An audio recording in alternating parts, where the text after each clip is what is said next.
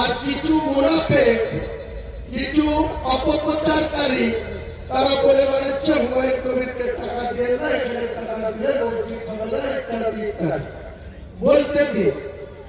আপনারা আজকে নোট করে নিয়ে যান ডেট তারিখ। এই যে ইটগুলা রয়েছে তার ঠিক পাশে মেন 3 নম্বর গেট থেকে সোজাসুজি আমাদের যে মসজিদ হবে, এই মসজিদের কাজ আনুষ্ঠানিকভাবে শুরু হবে 11ই ফেব্রুয়ারি বুধবার। 11ই ফেব্রুয়ারি বুধবার শুরু হবে।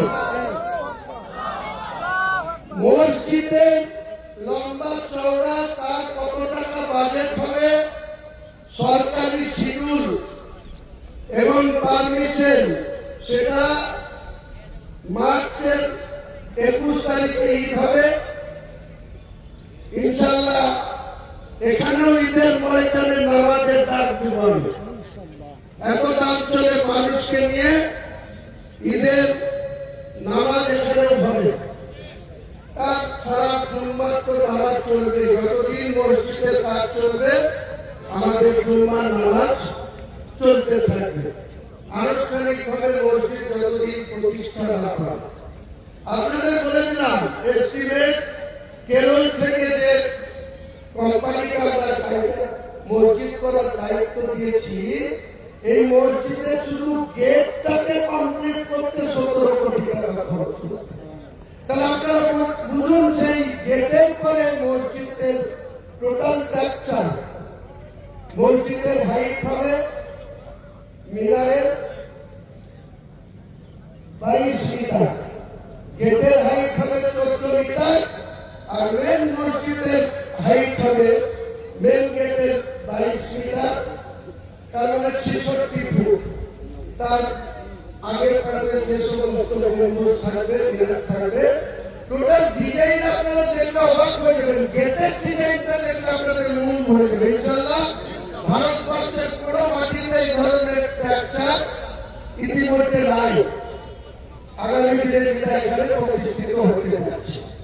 তারপর অনেক কাহিনী আছে। এখানকার জায়গার মালিকরা কেউ সকালবেলায় রাতি হচ্ছে, বিকালবেলায় কত রকম পায়খানা করছে, সব আমরা সহ্য করছি।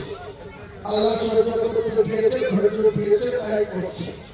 যে জায়গাটা 2.5 লাখ টাকা কাটা হওয়া উচিত, তিনারা ফেটে বসাচ্ছে, নিতে তো হবেই 5 লাখ টাকা।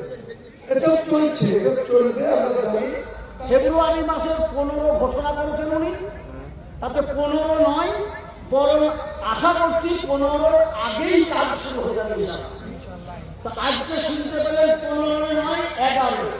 তাহলে আপনারা যিনি মেন উদ্যোক্তা তার কাছে তো শুনতে পেলেন 11 তারিখে হবে, কি বলেন তাই নাকি? আর আমি প্রতিদিন আপনাদেরকে বলছি কি, আল্লাহর নবীর মতো মানুষ কেউ পৃথিবীতে আসেনি আর আসবে না।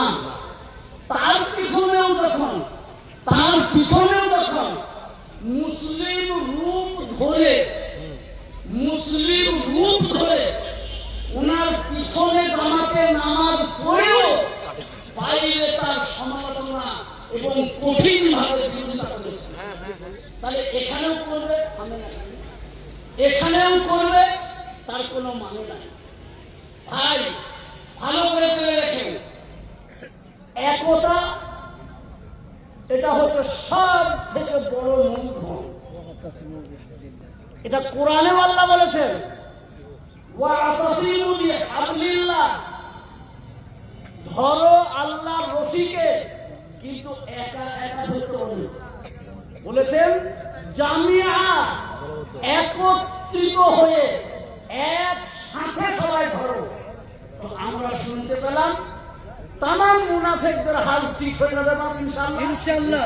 তবে আমরা সকলে মিলে চেষ্টা করব, আজকে এইখানে আপনারা কথা দিয়ে যান যে ইনশাআল্লাহ যতদিন বেঁচে থাকবো এই বাবরি মসজিদের বিপক্ষে যাব না, জনমভর এর সপক্ষেই থাকবো। ধরে বলুন ইনশাআল্লাহ। আলহামদুলিল্লাহ, এইটা হলো মেন কথা। বাস এইবার কথা ভালো করলেন, এই যে এদিকে কথা শুরু করলেন, লাভ থাকবে। আল্লাহু